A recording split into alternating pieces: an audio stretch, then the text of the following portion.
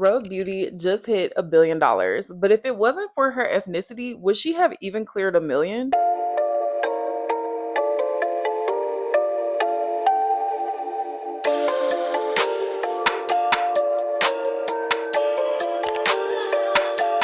Hailey Bieber is selling her makeup brand in a deal worth up to $1 billion. The 28-year-old created Rhode only 3 years ago, but now e.l.f. Beauty is buying it. e.l.f. is paying $800 million in cash and stock, with a further $200 million payout possible, depending on future sales of growth. Hailey's staying on at the company as Chief Creative Officer and called the move the next chapter for the brand. The deal is expected to close later this year. Hey beauties, welcome back to IMB, the space where we talk about beauty, business, and becoming our best selves. We're your hosts, Iindia and Micah, and today we're talking about how minority companies don't have the same access in the beauty industry. Let's review a few real perspectives and see what it's like to be a Black founder in the beauty industry. So many companies and accelerator programs claim to support founders. Go listen to this entire creator's video. Basically what she's saying is that there's so many organizations, so many companies, 501c3s, and investors that say they support founders. And while they do, they only support a particular type of founder, usually this color and male. So I am the CEO of a flower company called the People's Ecosystem, and we have an incubator that we use specifically to incubate BIPOC and women-led flower companies. That kind of flower, not the other kind of flower. And it was so emotional for me this morning to see this particular TikTok, because I got a call from one of my founders this morning who was in my incubator in 2022. She is a brilliant woman, and she has just been such a pleasure to work with and to advise and to help. And I've done a lot of that. I've connected her with people, because part of the incubator thing is that we connect you with as much, advice and advisors and money that we possibly can.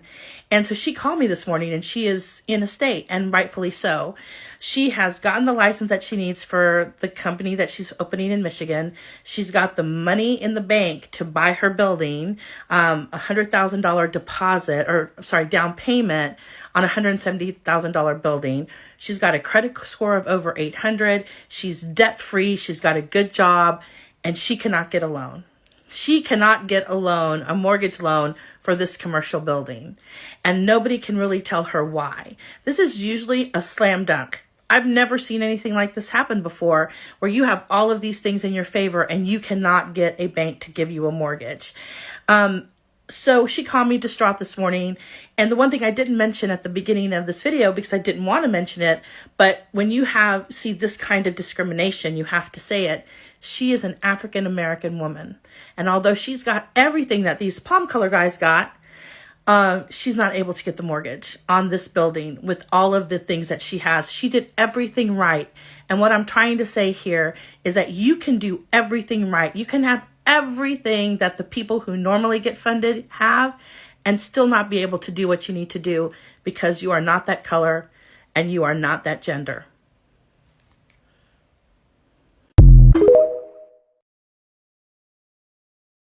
All right, so how do you feel about that one? Thought it was very interesting how she not only talked about how there's discrepancies within ethnicity, but also gender. And so, particularly when you are woman, and then when you are a minority woman or a Black woman at that, it creates a lack of access to things that you need to actually make your business big. And I feel like a lot of Black founders, no matter the industry, but definitely the beauty industry, can relate to not having access to the funding. Like, that's impressive to have an 800 credit score and to still not be able to get a mortgage. When I hate to say it, but I know that other ethnicities and other genders would not necessarily run into all of those loopholes, as far as they wouldn't be able to receive the funding. And so and that, you know, let alone, she's not talking about venture capital or trying to get an investor. She's literally talking about banks. Yeah. And banks, they make it seem like banks are something accessible to everyone, but in this case you could clearly see that it's not. Like you just said, having an 800 credit score is pretty impressive. And what makes me sad about it is I believe that there are definitely people that have asked for less, because I believe she was only asking for 70,000, which in the scheme of business, that's a very small loan. I feel like they could even give that to you on like bad credit. Yeah, Like 70,000. She had yeah. 100,000 of the 170, so she had over half of what she needed.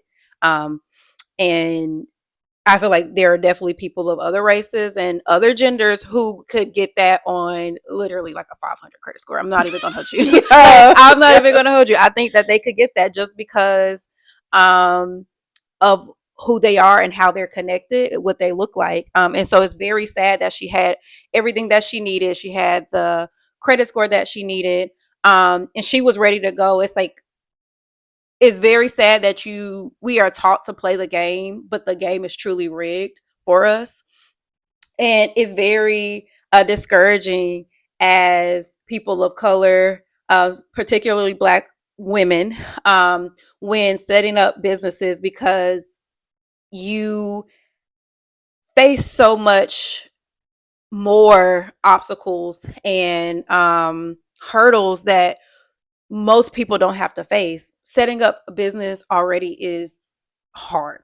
It's already very tough to set up business for yourself, because you're already going against the grain. The grain is go to college and go work for someone that already has a business set up. So to sit there and take on all of these hats to set your own business up, and then to come into contact with, okay, all I need is a little bit more funding, which is totally normal. And just a little bit. And it's just a little bit more in funding the grand scheme of business funding. in the grand scheme of business funding, because you could do a seed round of like venture capital, and that is like 2 million, 70 million. yeah, 100 million. You know what I mean? You could get up to $1 billion of funding, but she was literally asking for 70,000 on a regular business loan, on a mortgage, a regular business loan. And she couldn't get it. That's very sad. And I know that without her running to her mentor, who is more how do you say, accepted by look, her story probably wouldn't have even made it out of her own community. We would have never known about her story. So I think it's, one, sad that she couldn't get the access, but then two, sad that our stories are muffled and no one knows that we're dealing with this, and everyone is just like, sorry for you, work harder. But it's like, you work and you do exactly what you need to do, just for it to, the doors to be slammed in your face. And I think that is very sad when we have had venture capitalist angel investors come up in the past years and make their funding specifically for women and people of color, and they get shut down by um, high powers because laws, because they say that's discrimination, and they'll shut that down, but allow the same people of color to not have access to what we need. And I don't know if you've seen any of our other videos, but India and I have experienced this firsthand when it came to us in business. We actually were invited to a tech conference when we first started business. It was within that first year of business, and when we were pitching the idea that we had, these were people that she spoke about, the palm colored people in that same gender, and they were basically laughing at the ideas we had, and we knew they were great ideas because the pandemic showed us that they were great ideas. But they basically made it seem like we were just in there dreaming, and they were almost in like a condescending way as well, very, like not very condescending, not like a helpful way, like, No. oh, you have this idea, but if you did this, or if you tweaked it, it was more like, just no, like just no. like they were like, this, yeah, like, they would have been like, I could have slammed it in our face. They would have, and they did. We basically had to take ourselves aside and go sit there and actually re-encourage ourselves and keep moving forward with the idea that we know was a great idea. And that's why I'm sad, because I know that all of these women and people of color and Black women, they have to keep going and encouraging themselves over and over again after every no, after every door is closed, even when you know you deserve that access. That's a very sad thing. And I'm praying that times change where we don't have to keep having these conversations about this, because this is actually against the laws of our land, which we're in the United States.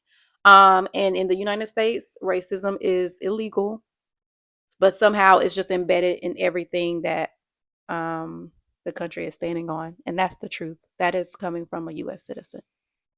And I think it becomes even more hurtful as a person of color when you are forced to just accept the notion that you have to achieve a certain level of perfectionism to be accepted into whatever space. And particularly right now, we're talking about the beauty space, which um, for minorities, we've had to fight really, really hard to have products for us, to be able to have businesses for us, to be able to have businesses owned by us. Like, it was a fight every step of the way, but it becomes a issue for the overall community when it feels like almost to be accepted or to excel, you have to become as white adjacent as possible. And so what I mean by that is just for one, your marketing, the marketing has to appeal to a wide audience. And unfortunately, even with social media, the reach social media has, they mostly show minority stuff on minority timelines. So your business may not even have the opportunity to gain a cult following, a huge cult following from social media without like, how do I say it? Not being able to break into other ethnicities or other demographics other than what it already looks like.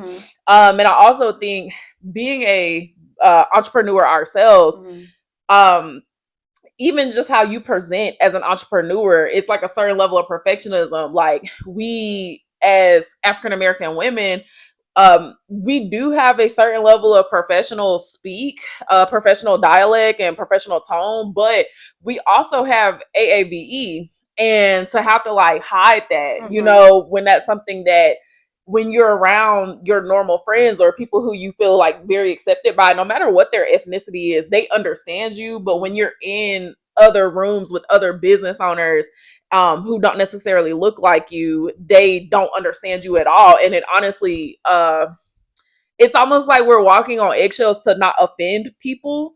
But that creates a very fine line in the business world between being like your authentic self, but also like trying to be as polished and perfect as possible to not miss out on opportunities. And it sucks that those opportunities have a way to kind of pass you by if you don't fit this certain mold, and that's just not right. Looks included, because you said the speech, and the speech is definitely something that we must have, and honestly have been joking around in our community for the longest, like, oh, you sound like your customer service voice. Like, oh, you put your voice on. That's a well-known joke in our community, and we shouldn't even have to joke like that. But we feel like we have to change to be accepted, and it's also in our looks, because we should be accepted with how we look, without having to feel like we need to come up here with our hair bone straight and feel like we need to come up here with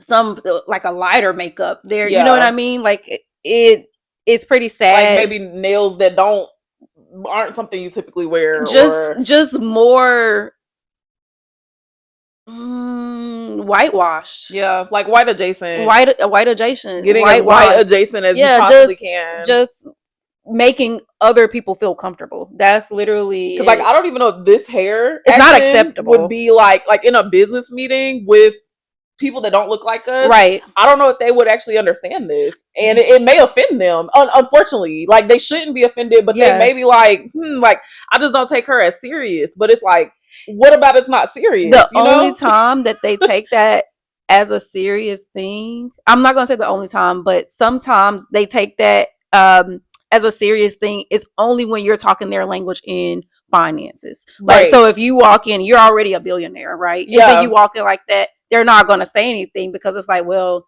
she's a billionaire too. But if you were walking in asking for money, they would be like, she's not serious. But why are you not serious when that's how our hair grows out of our head? Yeah. I think that's a whole nother topic, but we can't, in the beauty industry, specifically for Black women, we get bashed for wearing our natural hair from other people, sometimes our own people. But then we also get bashed for wearing things like wig extensions and braids and locks. And so it's like you can't do anything right. And that, again, that's a whole nother video topic. Whole nother video topic. But just to get back to her point, when she said she had to tell us that it was an African American woman, I already knew what the woman is. She didn't have to say. The context clues were there. Yeah, she had a 800 credit score. She had 100,000 of 170,000. She still got denied. I already knew who she was. And that is sad. That is sad. And hearing things like that, it could be just very frustrating and very disappointing when you see people like Rhode Beauty getting a deal for a $1 billion, not $500 million, but like $1 billion. And absolutely congratulations to Haley for that. That is a huge accomplishment, and especially in the beauty industry, those are great numbers to post for the beauty industry. We're always rooting for everyone, no matter the color, no matter the gender, in the beauty industry. So that is a great achievement. We just want to acknowledge that those numbers are almost impossible, sadly, for people that look like us.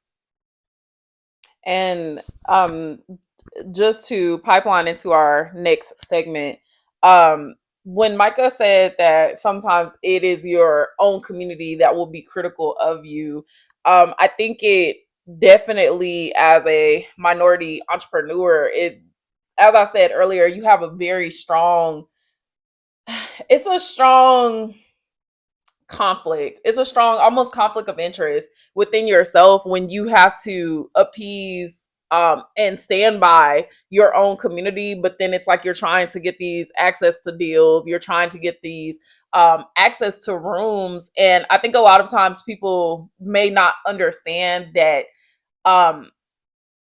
sometimes you do have to play the game in order to actually open the door for others. So that door cannot be opened unless someone is there to open it, because they try to gatekeep, and by they, I just mean whoever is at the top that is a non-minority that is trying to not let minorities within the realm. And again, it's not everybody. So this is definitely not a hate video, but it is just a video to spread awareness that it is very hard to be a minority person, a minority beauty, a minority business owner, particularly in the beauty industry, but in any industry, because a lot of times your community will begin to feel like you're selling out.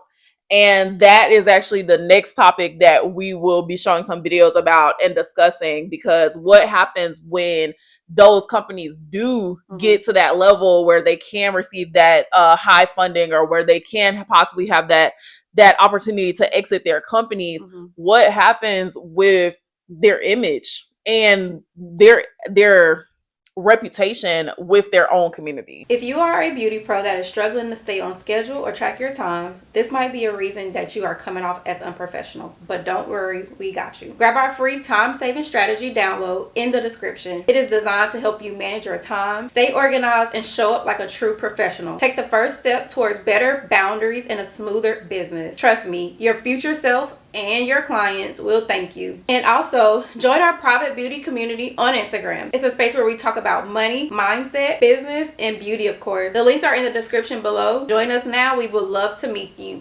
I'm seeing this comment a lot, and I think we should talk about it because, I want them to sell their company.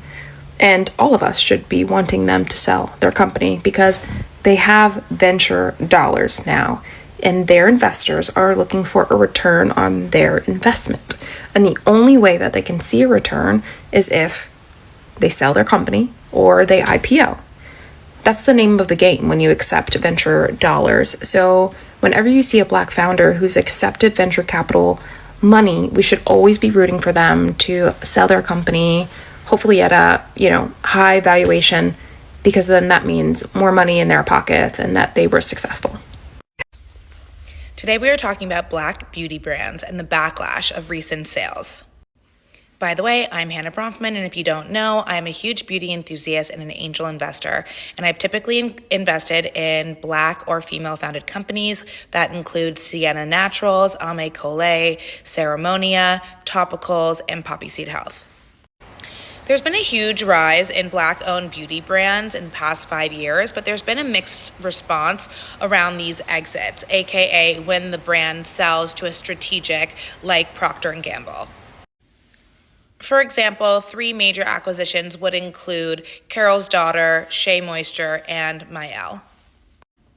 Okay, so pros to selling your business. Not only do you get a large distribution channel, so therefore you are getting your product to more people, especially Black-owned products to more people, but also having a liquidity event, aka cashing in on your hard work and your shares, is the way that founders and employees of these startups create generational wealth. Because up until that moment, they are only taking the salary that the company gives them.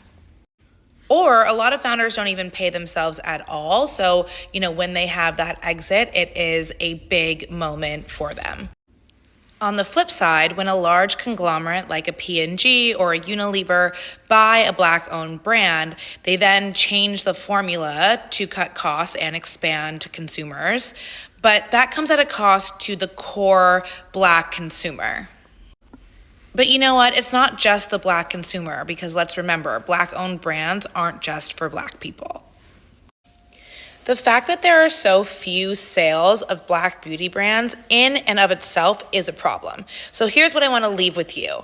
How can we find more exits and more creative exits for brands that don't take a decade and still honor the culture?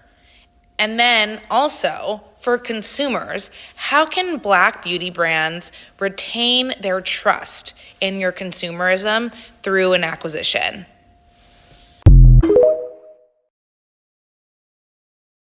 Okay, that was a lot to unpack. We normally do one video at a time, but we thought these two were pretty similar, so we put them back to back. So a lot to unpack there. How do you feel about both of those? I think I first want to preface everything that we're about to say with the fact that as a business owner, for those of you who don't know, and I know they talked about it in these videos, but as a business owner, your top priority or your ultimate goal, unless it was something that you wanted to just keep private and keep in your family for generations, is to actually sell your business or to go public. And so that is how you see these really large companies succeeding, getting those billion-dollar valuations, those multi-million-dollar valuations at times, because they do take those bigger steps, and those are like the ultimate biggest steps in business. So I do want to preface everything we're going to say from that perspective. I also want to add just really quickly that we know these things because we both have went to school for these things. We have degrees in business, and so we're speaking from expert level of knowledge. We know this not because we have researched this through social media, but we know this because we've been graded on this and tested on this and given degrees in this. Yes, thank you for. It's important for y'all to understand there's a level of credibility here. Yes. And so I do believe that because minority communities have had to fight very hard to actually obtain even being able to own a business. So it, from a community perspective, without that knowledge of this is the ultimate success. The ultimate success is to sell or is to go public. It can feel like that person just used the community, Yeah. and just kind of like made their money off the community and took an exit. So I do understand it from that perspective, and we've seen it time and time again where black owned or minority owned companies will sell, and um let's just be honest and say that the bigger companies that are buying these companies typically are not black owned or minority owned. Not at all. Like, that's very rare. 99% is white. Yeah. So it without that perspective of, oh, this person is making their largest business move, it will just feel like a slap in the face to the community that you use the community and then you left. And we've seen it just again and again with social media backlash from people selling their companies or going public. So that is definitely understood, but I do believe that because of that, it makes it hard as a business owner to be able to navigate that. And because things are like that, whether you think about it or not, it the larger white owned companies, they know these things. And it honestly makes them very leery about actually investing into black businesses, because they're like, okay, well, if we do this, or if we buy your business, or if we help you out in this way, how is your own community going to feel about this? How are you going to navigate this backlash? Because they understand this. So both the founders see it, and also the people who are at the top who can provide that help, they see it as well. And for them, a lot of them, unfortunately, it's a deterrent. And so we have to kind of look at statistics where less than 1% of venture capital actually goes to minority owned businesses, whether it's male, female, whatever. But you kind of have to ask yourself, okay, if we want black people in bigger spaces, we as a community do have to rally behind that person and allow them to take the steps to grow. Because it does become a battle of, okay, I understand that these white owned companies may not necessarily understand the minority company to fully run it in the way that you were familiar with, or in the way that you're comfortable with as a consumer.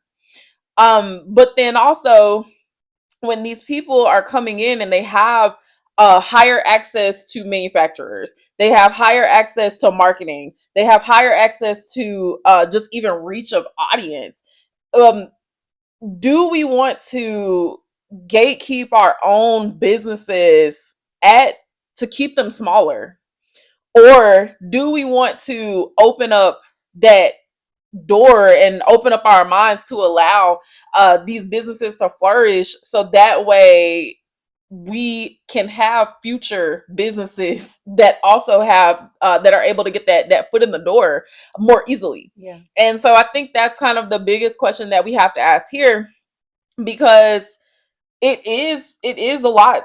I see both sides. Like, I definitely see how the community would want to keep certain things to themselves, but I also see that from a business perspective, it is not beneficial to be trapped into just one box, because ultimately you will remain small, you will not grow, and eventually it could be your downfall.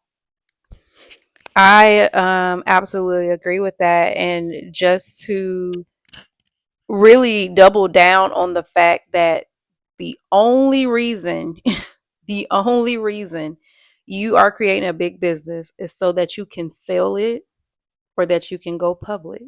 Those are the two reasons. If you're going to clip anything, clip that. Because we are feeling like these black owned founders that are selling the company are selling out, and that's not true. They're doing exactly what you are supposed to do as a business owner. If they are not doing that, you have not reached high enough levels, and that's just the truth. Unless you want to like you say, stay private or stay small. But most people are doing this to gain a great amount of generational wealth. That's why you start a business. And so it is very important to know and have that knowledge circulating around our community, that you don't have to call these people that have hit a massive success sellouts just because they are being blended into new communities. That is not selling out, and that is damaging our abilities to reach these type of levels where we can hit a $1 billion deal. That is damaging to that. You can't expect these larger companies to give us access if you're going to snatch it away the moment they try. That's not fair. That's not fair to the companies. So it's very important to do that. Also, like India said, only 1% Black entrepreneurs get venture capitalist funding, and even less for the other minorities. And that's very unfortunate, because in order to grow, to get to the point that you can sell or become public, you need other funding. Unless you're just rich, it's impossible. it's like absolutely it's impossible. You impossible. have to, and again, we're telling you this through experience and through knowledge, that you need to have some round of seed funding. All of the big people did it. You might not know it, but they did.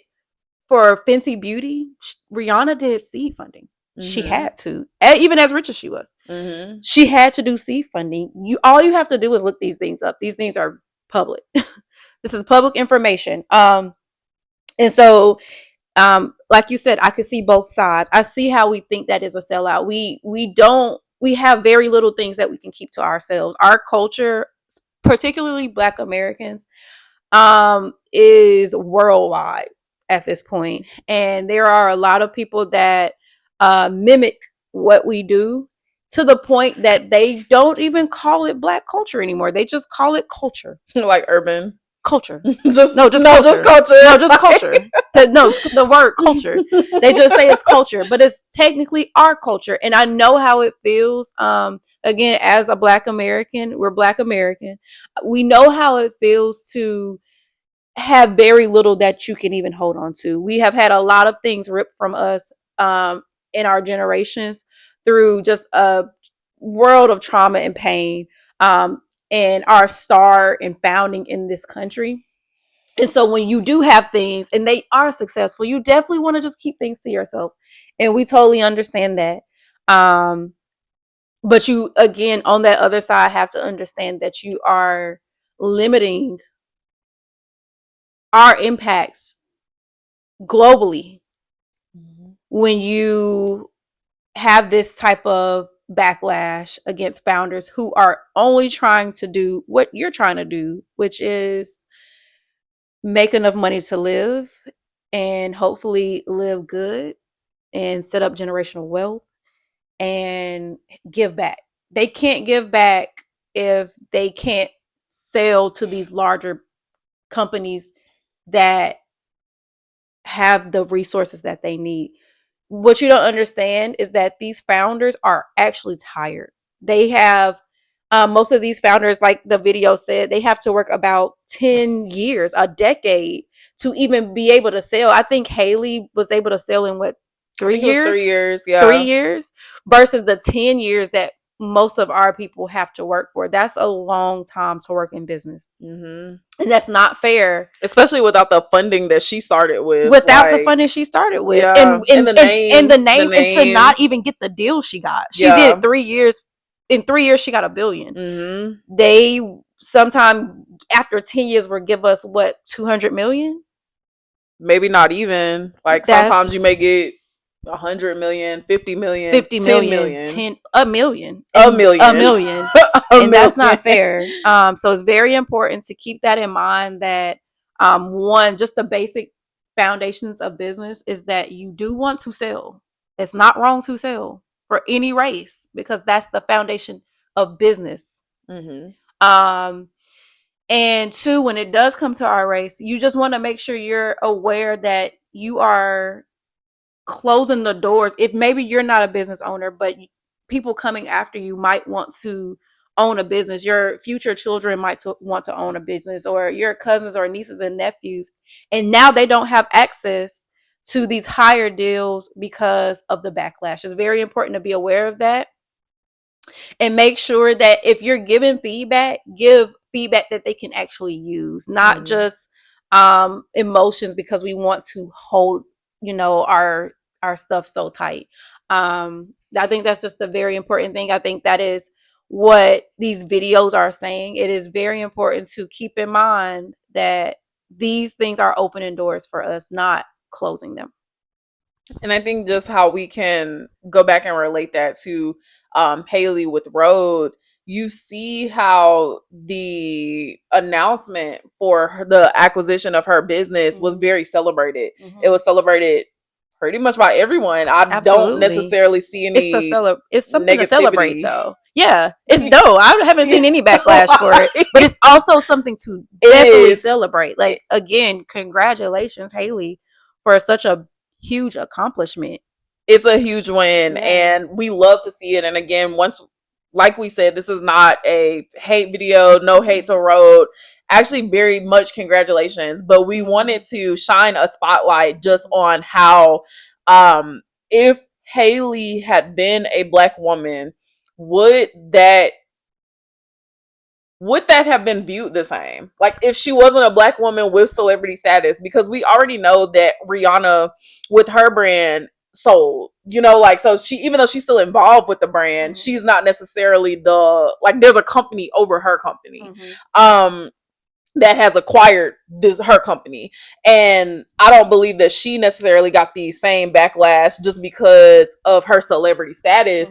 But there are plenty of founders, black women founders, who are not celebrities, and it just seems like they are the people who get the backlash when it comes to those acquisitions, if it's not to another minority company. And so we just wanted to shine a spotlight on that, because it is very celebrated with what Haley has going on. It's such a huge accomplishment, but we just want that same one opportunity to be presented to Black founders and minority founders, but also the same community support. I don't see anyone saying, "Oh, well, we don't want to shop at Rhode anymore," or "Oh, we don't like Rhode anymore," how they would be sometimes towards minority founders. We just want to imagine a world where everyone has a fair shot. To us, that is what beauty truly is. And it is hurtful where the beauty industry makes it so hard for people to have access. And that's just not fair. And so we want to encourage all of you, if you are a part of the beauty community as a consumer, please support brands when they are taking business steps. Please support them. Don't put them down, even if it is a step that you don't necessarily agree with. If you like the brand and you support the brand, trust that they are steering the brand into a direction they feel like is best for their company and for you. If you are a beauty business owner, we encourage you to not be discouraged by what you see. It can be such a war within yourself, with your community, and with the business opportunities that you're trying to gain access to. But just don't give up. Know that you are not alone. Know that you have people who understand you, like us here in our community, and just keep going. If you have a vision, you can achieve your vision. We do understand that it is harder, but we know that if you started your business, you have what it takes. And if you happen to be watching this and you work for a company that invests, or you are an investor, or you work at a company that acquires businesses, please do more research into how to interact with minority-led companies, minority-led founders. All right, that's all we have for you, beauties, today. If you like this episode, make sure you tag us on all socials at I Am Beauty USA. Let us hear your biggest takeaway. What do you like? What didn't you like? Just meet us in the comments. We would love to hear from you. And normally we do end our videos out with a word of encouragement, an announcement, or a shout out. But we did kind of already give you all a word of encouragement. And so, beauty business owners, please stay focused. We love you, beauties. We'll see you in the next episode. Until then, stay beautiful and stay informed.